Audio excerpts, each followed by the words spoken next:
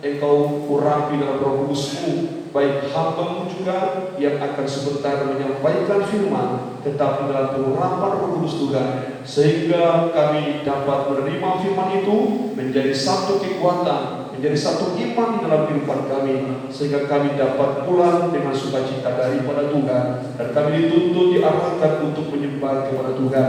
Inilah yang menjadi kehidupan kami Tuhan. Untuk itulah kami akan terima firman Tuhan. Terpujilah Tuhan saat ini sampai selama-lamanya. Dalam nama Tuhan Yesus Kristus kami bersyukur dan berterima kasih kepada Tuhan. Haleluya. Amin.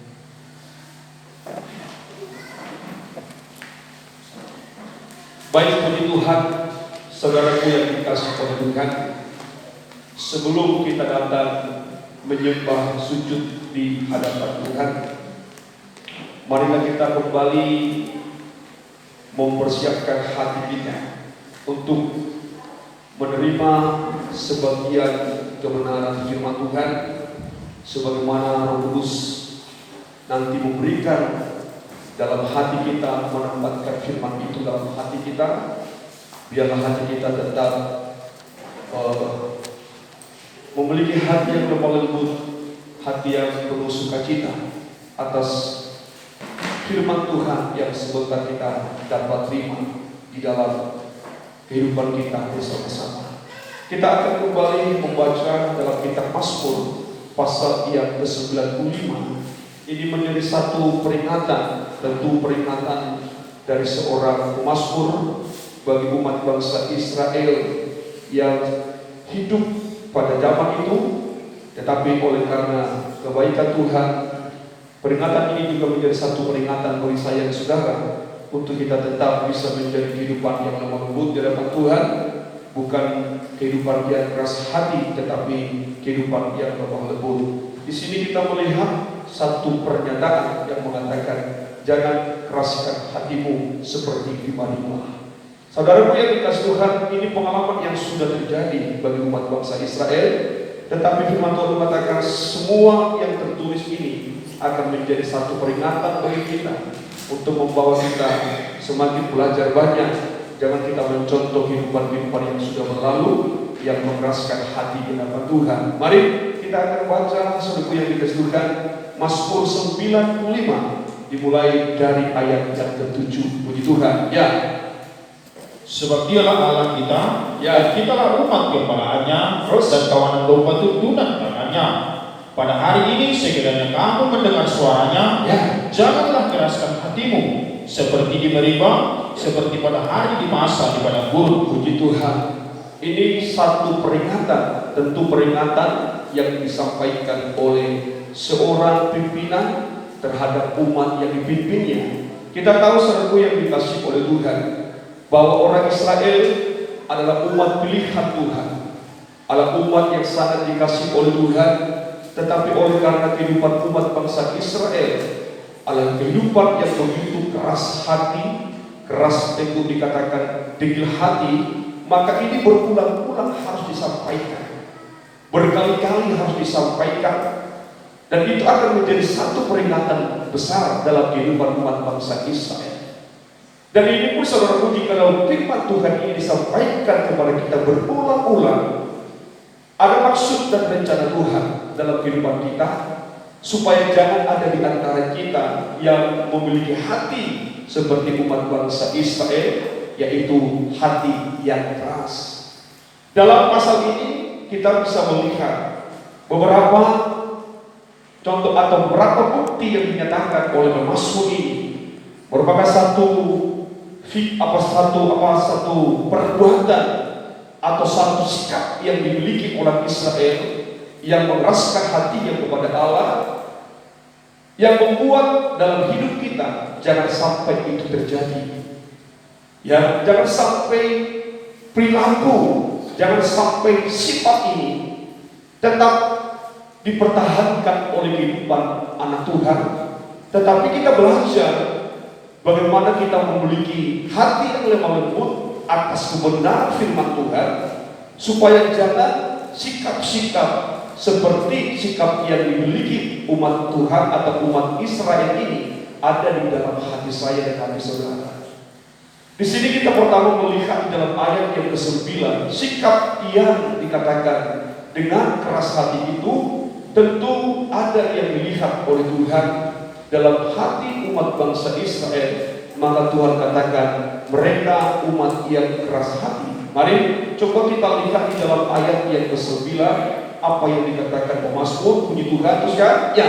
Pada waktu moyangmu mencobai aku, Ya, menguji aku, padahal mereka melihat perbuatanku. artinya di sini kita melihat saudara yang dikasih oleh Tuhan. Begitu banyak perbuatan-perbuatan Allah. Begitu banyak keajaiban-keajaiban Allah. Begitu banyak pertolongan-pertolongan Allah yang dapat dirasakan oleh umat bangsa Israel. Begitu banyak Allah memperdulikan umat bangsa Israel. Bahkan mujizat-mujizat mereka dapat melihat diperbuat Allah di hadapan mereka. Tetapi kita melihat Tuhan berfirman di dalam Mazmur pasal 95 ini tentunya firman yang dikutip ke Mazmur yang disampaikan oleh nabi-nabi Tuhan terhadap umat bangsa Israel, di mana umat itu tetap mencobai Allah, di mana umat itu tetap memuji Allahnya. Kadang-kadang kita tidak menyadari satu yang dikasih oleh Tuhan. Di saat kehidupan kita ada di dalam satu pencobaan, di saat kehidupan kita memiliki satu pergumulan dalam kehidupan kita, seringkali kita tidak menyadari perbuatan Allah dalam kehidupan kita. Seringkali kita tidak mengingat apa yang sudah pernah berbuat dalam kehidupan kita. Kita lupa apa yang diperbuat Allah atau keajaiban apa yang Tuhan perbuat dalam kehidupan kita. Sehingga kita berkata tidak ada kekuatan Allah yang mampu menopang kehidupan kita. Atau kita berkata mungkin Allah itu tidak berkuasa untuk membela, untuk menyelesaikan persoalan dalam kehidupanmu. Tetapi sesungguhnya bukan itu yang harus kita kehendaki atau kita rindukan dalam kehidupan kita. Sebagai kehidupan yang sudah percaya kepada Tuhan, atau kehidupan yang sudah banyak menerima keajaiban-keajaiban Allah dalam kehidupannya, dalam situasi dan kondisi apapun terjadi dalam kehidupan kita, kita harus tetap mempertahankan iman percaya kita bahwa Allah itu tetap Allah yang sanggup membela kita, Allah yang sanggup memberikan jalan keluar, solusi dalam kehidupan kita. Persoalan apa yang kita hadapi, tidak ada persoalan yang tidak terselesaikan. Jangankan anak Tuhan, orang dunia sendiri yang tidak pernah kenal Tuhan bisa memiliki satu keyakinan segala masalah-masalah dalam kehidupan bisa terselesaikan. Sehingga tidak ada kesempatan kita untuk mencobai Tuhan. Tidak ada kesempatan dalam kehidupan kita tidak mengingat perbuatan-perbuatan Allah dalam kehidupan kita. Di saat kita memiliki satu keyakinan bahwa Allah itu Allah yang berkuasa, Allah kita Allah yang sanggup membela kita, Allah yang senantiasa mampu menyelesaikan segala perkara-perkara apapun dalam kehidupan kita, maka tidak ada kesempatan kita untuk memuji Allah atau mencobai Allah dalam kehidupan kita. Sikap mencobai ini salah satu sikap kekerasan hati umat bangsa Israel. Kita harus menyadari itu, saudaraku yang dikasih Tuhan. Sebab tidak sedikit kehidupan anak-anak Tuhan di saat mereka ditimpa oleh persoalan, di saat mereka ditimpa oleh masalah dalam kehidupan mereka, seakan-akan kuasa Allah itu tidak ada dalam kehidupan mereka, atau seakan-akan mereka tidak lagi ingat perbuatan Allah yang ajaib yang pernah sanggup menolong kehidupan mereka. Allah itu bukan Allah yang berbeda seperti yang dikasih Tuhan. Allah yang pernah menolong orang Israel itu Allah yang juga Allah kita. Percayalah kita, gejolak persoalan apa yang kita hadapi, selama kita ada keyakinan kepada Tuhan, selama kita berpengharapan kepada Tuhan, dan saya akan mengatakan kepada kita, di balik persoalan kita akan ada suasana hidup yang lebih indah dibuat oleh Tuhan.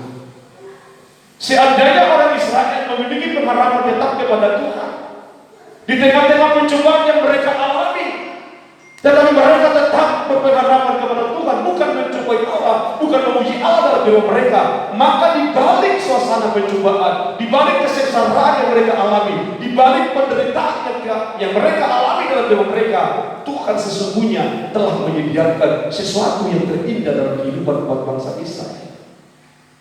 Apa di balik padang gurun? Di balik padang gurun ada tanah Kanaan. Israel berjalan di padang gurun tentu mengalami banyak sengsara, mengalami banyak pencobaan, mengalami banyak tantangan dalam kehidupan, sebab suasana padang gurun suasana yang sangat memprihatinkan, di mana teriknya matahari luar biasa, di mana angin padang gurun itu sangat begitu besar. Sering terjadi badai di padang gurun. Tuhan mengizinkan sesuatu itu dalam kehidupan umat bangsa Israel. Bukan berarti Allah membiarkan mereka hidup tetap di dalam pergumulan, tetap hidup dalam persoalan, tetapi Tuhan sebenarnya telah merencanakan sesuatu yang terindah bagi umat bangsa Israel. Tuhan telah sediakan tanah Kanaan, tanah yang penuh madu dan susu. Maka saya mengajak kita, jangan takut hadapi pencobaan. Jangan takut hadapi persoalan. Amin. Tapi aku mengatakan kepada kita, pencobaan yang kita alami, buatlah itu menjadi bahan bakar dalam kehidupanmu, untuk semakin kencang maju kepada tujuan. Amin. Semakin banyak pencobaan yang kita alami, kita harus semakin cepat maju. Sebab apa? Pencobaan itu harus kita buat menjadi satu bahan bakar dalam kehidupan kita. Untuk apa? Untuk membuat kita semakin kencang maju menuju tujuan atau mencapai sesuatu yang terindah yang telah disiapkan Allah dalam kehidupan kita. Kami sebagai hamba Tuhan banyak mengalami hal itu. Di saat ada pencobaan, pertama-tama pencobaan itu datang belum dapat diterima. Banyak bersungut, banyak menuntut Tuhan. Walaupun ada persungutan, ada menuntut kepada Tuhan, tetap Tuhan selesaikan persoalan itu. Lagi-lagi kembali ada persoalan, semakin ditempa oleh Tuhan, semakin ditempa Tuhan, semakin ada masalah, semakin berharap kepada Tuhan, semakin ada persoalan, sampai akhirnya sampai kita bisa bahagia dalam percobaan itu. Amin. Saya alami dalam pelayanan ini setiap ada pencobaan saya sudah mulai merasa bahagia. Sebab aku tahu pencobaan yang Tuhan berikan kepada kita bukan membuat kita binasa, tetapi menempa kehidupan kita untuk mendapatkan sesuatu yang terindah daripada Tuhan. Jangan cobai Tuhan, jangan puji Tuhan, jangan bersyukur kepada Tuhan seperti orang Israel. Di saat mereka hidup dalam pencobaan, mereka tidak mengingat Tuhan, mereka lupa perbuatan Tuhan yang pernah melepaskan mereka dari pencobaan-pencobaan. Tetapi kita harus mengatakan, di balik percobaan yang Tuhan berikan kepada kita, Tuhan pasti sediakan tanah Kanaan. Maka disitulah yang dikatakan pemazmur, jika kamu mendengarkan suara Tuhan hari ini, dengarkan, lakukan, jangan keraskan hatimu. Supaya apa? Supaya pengalaman pencobaan itu menjadi satu pengalaman yang terindah dalam kehidupan kita. Amin. Amin, saudara yang dikasih Tuhan. Supaya pengalaman pencobaan yang kita alami dalam diri kita akan menjadi sesuatu yang terindah diberikan oleh Tuhan. Kalau kita menjadi umat yang bisa tahan dan kuat, maka Tuhan tidak mengatakan kita orang yang keras hati. Tetapi di saat kita tidak kuat dalam pencobaan, kuat di dalam persoalan yang kita hadapi, sebenarnya kita merasakan kita lemah, anggapan kita lemah. Tapi mata Tuhan berkata, engkau orang yang keras hati.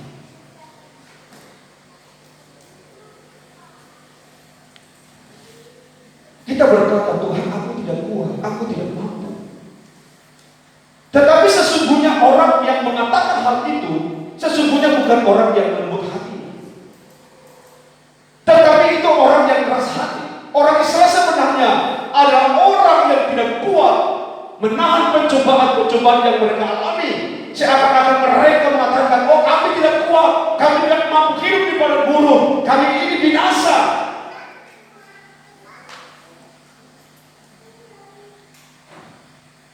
Tetapi Tuhan berkata, kamu mengatakan itu bukan karena kamu memiliki hati yang lembut, tapi oleh karena apa kamu mengatakan itu? Karena kamu adalah orang yang keras hati. Jangan bersungut dalam persoalan, amin. Jangan bersungut dalam pencobaan, amin. Itu sikap kekerasan hati. Tetapi bahagialah di saat ada persoalan. Kalau bersungut kita tidak akan mampu berdoa, kita tidak akan mampu berserah kepada Tuhan. Tetapi saat kita tetap kuat, disitulah kemampuan kita untuk datang menyembah Tuhan. Kita bersyukur kepada Tuhan. Jangan mencoba Tuhan, jangan memuji Tuhan, sebab Dia sudah banyak melakukan perbuatan-perbuatan ajaib bagi saya dan saudara. Amin. Semua kita pernah alami perbuatan Tuhan yang ajaib. Ya. Yang kedua, kita melihat dalam ayat yang ke-10, saudaraku yang dikasih Tuhan, kekerasan hati yang dikatakan oleh pemazmur yang ada di tengah umat bangsa itu, bangsa Israel. Apa yang dikatakan di sini? Perhatikan ya, 40 tahun. Ya, 40 tahun aku jemu kepada kadang ini, ya. maka kataku, mereka suatu bangsa yang sesat hati, Ya. dan mereka itu tidak mengenal jalanku. Mereka suatu bangsa yang sesat hatinya. Artinya apa, saudaraku yang dikasih oleh Tuhan? Dapatkah kita membayangkan kalau kita menjadi seorang Kristen yang telah dibawa Tuhan, yang telah dikeluarkan Allah dari perhambaan dosa, dari perbudakan dosa, bagaikan orang Israel yang dikeluarkan oleh Allah dari perbudakan Mesir, berjalan 40 tahun tapi tidak mengalami pembaruan.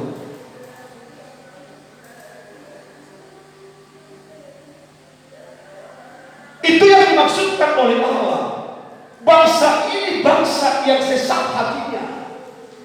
40 tahun aku jemu melihat bangsa ini. Artinya selama 40 tahun mereka berjalan di padang gurun, tidak ada kehidupan hidup yang dilihat oleh Tuhan dari orang-orang Israel. Tetapi hatinya sesat terus. Dan itulah yang dikatakan oleh Allah, kekerasan hati mereka. Di saat orang Israel sesat hatinya, di saat orang Israel tidak mengalami pembaharuan, tidak ada perubahan di dalam hatinya, walaupun mereka sudah melihat perbuatan Allah yang begitu besar, mereka sudah melihat keajaiban-keajaiban Allah, tetapi hati mereka tidak alami perubahan. 40 tahun bukan waktu yang singkat, saudaraku. Saya sekarang masih 48 tahun. Mungkin saya tahu firman Tuhan mungkin di umur 10 tahun atau 12 tahun. Tetapi orang Israel dikatakan 40 tahun. Allah jemu oleh mereka oleh karena tidak ada perubahan, tidak ada pembaharuan, tetapi hati mereka tetap hati yang sesat. Dan itulah satu bukti di mana orang Israel dikatakan menjadi umat yang keras hatinya, sesat hatinya, orang yang tidak melihat satu sikap yang diperbaharui dalam hidupnya. Kita belum mengatakan kita sempurna, tetapi kita mau mengarah kepada kesempurnaan. Dalam hidup kita tentu kita jatuh bangun di dalam dosa. Kita menyadari kita punya tubuh manusiawi, tetapi bukan berarti sikap yang lama tetap ada di dalam hidup kita. Perbuatan-perbuatan yang lama tetap tinggal di dalam hidup kita.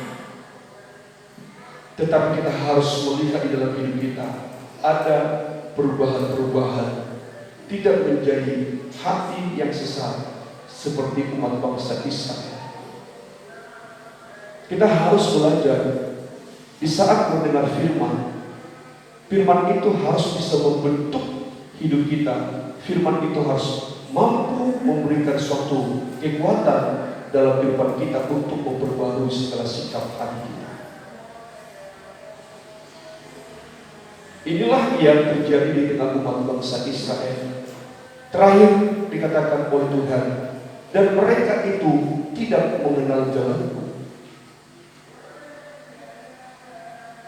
Lama menjadi umat Tuhan tapi tidak mengenal jalan Tuhan. Lama menjadi orang Kristen tapi tidak tahu jalan Tuhan. 40 tahun berjalan bersama dengan Tuhan di padang gurun tapi tidak tahu jalan Tuhan. 10 tahun, 20 tahun, 30 tahun menjadi orang pengajar tapi tak tahu jalan Tuhan. Di sini kita melihat satu yang dikasih Tuhan, bukti satu kekerasan hati umat bangsa Israel. Tuhan mengatakan mereka tidak mengenal jalanku. Kalau kita tidak mengenal jalan Tuhan, maka kita tidak akan pernah mendapatkan perlindungan. Perhatikan ini saudara yang dikasih Tuhan. Kalau kita tidak mengenal jalan Tuhan, maka kita tidak akan pernah mendapatkan perlindungan. Sebab Amsal Sulaiman mengatakan jalan Tuhan adalah perlindungan. Amin. Amin. Sekali lagi saya katakan, jalan Tuhan adalah tempat perlindungan. Ayat terakhir ini kita akan baca supaya kita datang menyembah Tuhan. Dalam Amsal Sulaiman pasal 10 ayat yang ke-29, apa yang dikatakan pengamsal di dalam Amsal Sulaiman pasal 10 ayat yang ke-29, bahwa jalan Tuhan bukan kebinasaan, tapi jalan Tuhan itu adalah perlindungan bagi orang-orang yang tulus hatinya. Ya, puji Tuhan. Terus ya, Jalan Tuhan adalah perlindungan bagi orang yang tulus. ya, jalan Tuhan. Jalan Tuhan itu perlindungan bagi orang-orang yang tulus hatinya. Tetapi, terus ya, Tetapi kebinasaan bagi orang yang berbuat jahat. tetapi jalan Tuhan itu akan menjadi kebinasaan bagi orang-orang yang jahat hatinya. Itulah orang Israel. Orang Israel memiliki hati yang sesat. Orang Israel yang selalu mencobai Allah dalam kehidupannya. Orang Israel yang hidup di dalam hati bersungguh-sungguh. Maka jalan Tuhan itu menjadi kebinasaan dalam kehidupan mereka. Tetapi bagi saya dan saudara, karena hati kita hati yang tulus, hati kita hati yang murni kepada Tuhan, jalan Tuhan itu akan menjadi jalan perlindungan bagi saya dan saudara. Amin. Amin saudaraku ya. Di mana kita akan dilindungi oleh Tuhan. Berjalan kemana kita, kalau kita berjalan sesuai dengan Tuhan, sesuai dengan kehendak Allah, jalan Tuhan menjadi jalan saya dan saudara, maka setiap langkah perjalanan kita akan tetap mendapatkan perlindungan dari Tuhan. Kemanapun saudara melangkah, kalau jalan Tuhan menjadi jalan saudara, Tuhan akan menyertai, Tuhan akan melindungi, Tuhan akan membuat jalan kita akan berhasil. Amin. Asalkan kita mau berjalan sesuai dengan jalan Tuhan. Ya, saudaraku yang dikasih Tuhan, berjalanlah sesuai dengan jalan Tuhan. Jalan Tuhan bukan jalanku. Ada itu ya.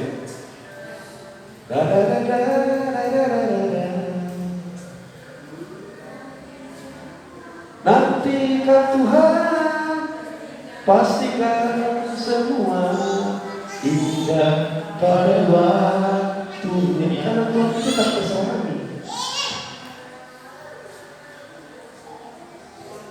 Jalan Tuhan itu tak terserah.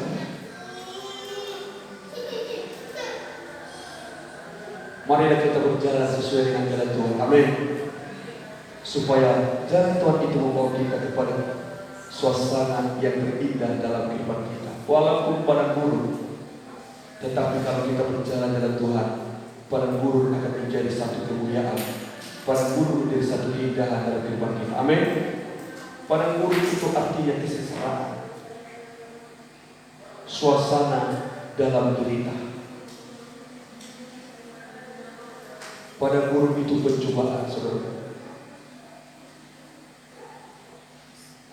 Jangan mau binasa karena padang gurun. Amin.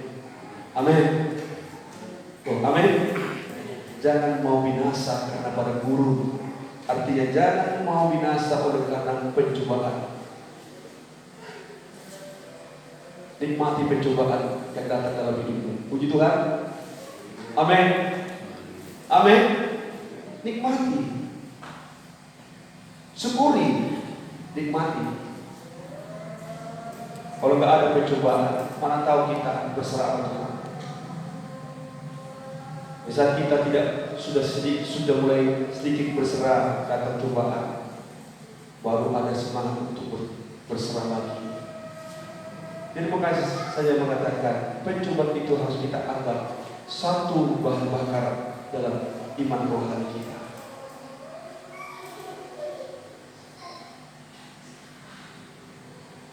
Memang manusia kita berpikir, manusia kita memang menerima tidak begitu ikhlas. Tetapi kalau kita percaya Tuhan harus membawa gereja, Tuhan harus membawa umatnya lewat pada guru, tidak boleh tidak. Jalan satu-satunya untuk menikmati tanah Kanaan harus lewat jalan pada guru. Amin. Saya mau katakan itu. Satu orang pun umat Israel tidak bisa sampai ke tanah Kanaan tanpa melintasi pada gurun. Tapi tergantung saya dan saudara, bagaimana kita bersikap kepada Tuhan kepada gurun. Pada gurun itu harus kita lalui untuk kita masuk kepada kenikmatan dari Tuhan. Gurun-gurun ini harus kita lalui dengan berjalan sesuai dengan jalan Tuhan. Kalau kita melewati pada gurun dengan jalan Tuhan, maka disitulah Tuhan adakan perlindungan dalam hidup kita. Amin. Amin ya. Puji Tuhan. Disitulah kita melihat kuasa perlindungan Tuhan melindungi saya dan saudara, sehingga kita sampai ke tanah Kanaan. Bagaikan Yosua dan Kaleb. Mari kita datang kepada Tuhan, kita menyembah, kita mohonkan kekuatan dalam Roh Kudus-Nya. Kita berkata kepada Tuhan, mampukan kami melintasi gurun-gurun yang kami hadapi dalam perjalanan dengan Tuhan. Katakan kepada Tuhan, haleluya, sucikan dan kuduskan hati ini Tuhan,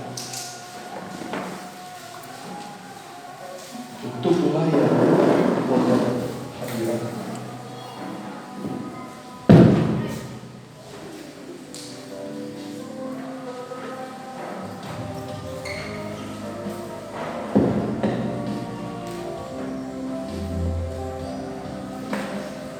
Mari kita sama-sama mengambil sikap untuk menyembah Tuhan.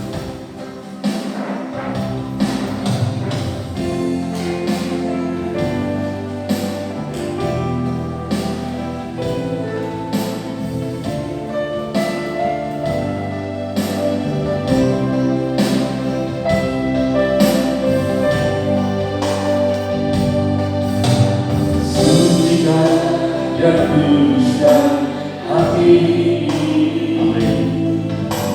untuk layak menghadap hadirat-Mu. Jiwaku serahkan padamu, ku menyembah-Mu. Tinggikan nama-Mu ya Tuhan.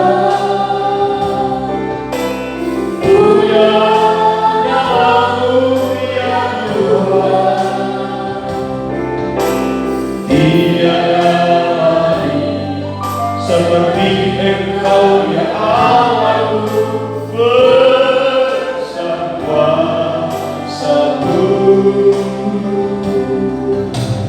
Tiada lain seperti Engkau ya Allahku, bersama-sama.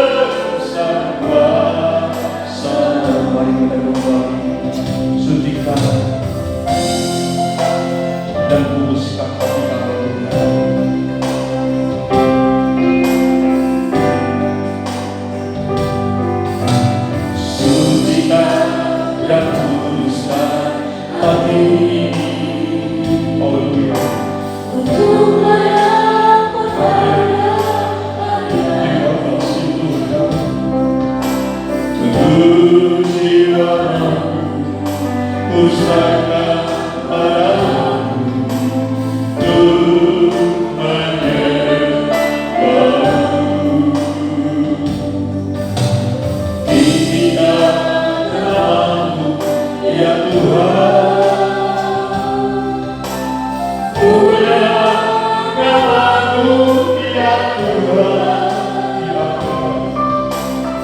Tiada lain seperti Engkau ya Allahku, besar kuasa-Mu.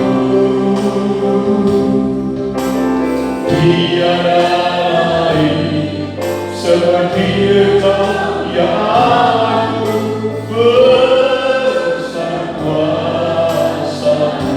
Saudaraku yang dikasihi Tuhan, mari kita menyucikan setiap hati kita untuk datang menghampiri Tuhan dalam kehidupan kita.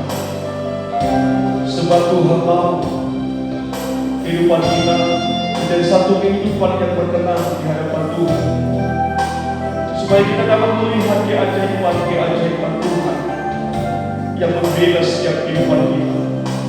Bila kita menyerahkan segenap kehidupan kita dalam tangan Tuhan, kita belajar tetap berharap kepada Tuhan.